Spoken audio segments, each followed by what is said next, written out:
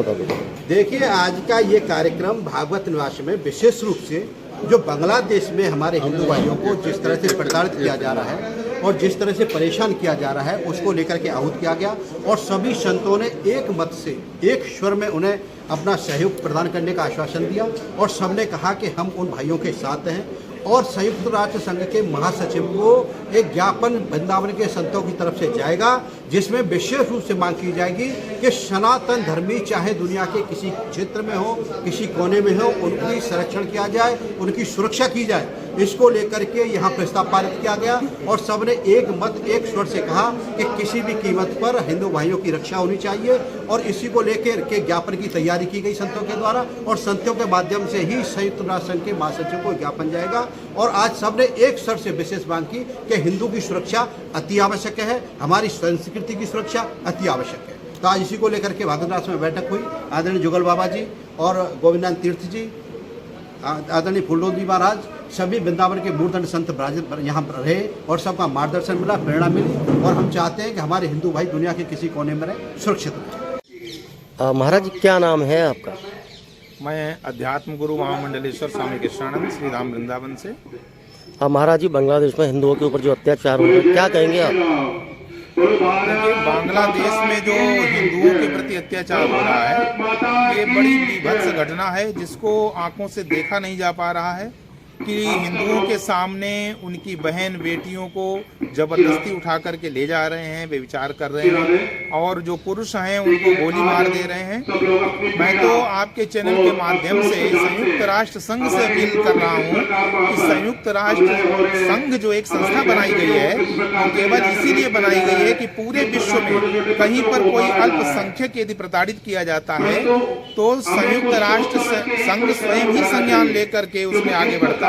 लेकिन जब मुस्लिमों पे कोई अत्याचार होता है, कोई बात होती है, तो संयुक्त राष्ट्र संघ स्वयं उसमें हस्तक्षेप करता है। आज बांग्लादेश के अल्पसंख्यक जो हिंदू हैं उनके साथ अत्याचार हो रहा है और तो पूरा विश्व समुदाय एकदम शांत है, मौन है, चुप है, यहाँ तक कि संयुक्त राष्ट्र संघ भी चुप है। सभी हिंदुओं को संगठित होकर के विरोध करना चाहिए बांग्लादेश के मुस्लिमों का और संयुक्त राष्ट्र से अपील करनी चाहिए। और मैं आपके चैनल के माध्यम से सरकार से भी ये आग्रह करता हूँ कि सरकार यथोचित जितना भी उसके अधिकार क्षेत्र में है उतना हस्तक्षेप करके वहाँ के जो अल्पसंख्यक हिंदू हैं उनकी रक्षा सुरक्षा सुनिश्चित करें और जो बांग्लादेश के हिंदू भारत में आना चाहते हैं उनके लिए सीमा खोली जाए और उनको जो भारत में शरण लेना चाहते हैं उनको भारत में ले लिया जाए।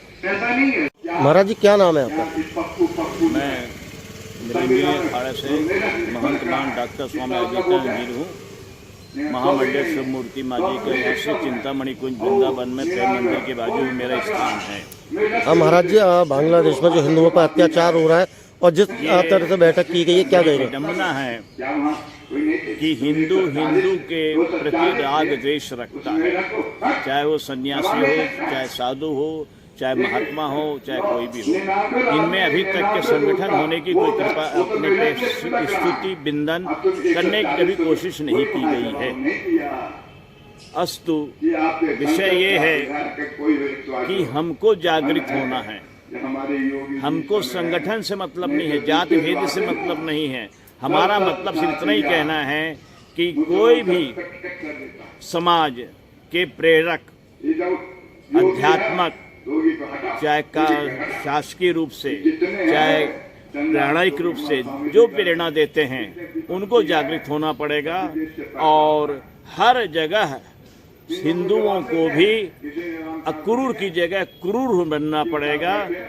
सठे साठ्यम समाचरित की नीति अपनाना पड़ेगा, जैसे को तैसा व्यवहार करना पड़ेगा, तब हमारा रक्षा हो सकती है। यदि हम ही नहीं रहे तो फिर किसके लिए हम संपत्ति बना रहे हैं, कर रहे हैं, धर रहे हैं। अतः यह अब जागृति का विषय है कि हमको अपने पड़ोसी से लेकर के, अपने मोहल्ले में से लेकर के उनकी सुरक्षा के स्वयं जागृत और उनको जागृत करना है। अतः जो भी अस्त्र शस्त्र होता है बांटा जाए, दिया जाए और उससे किया जाए।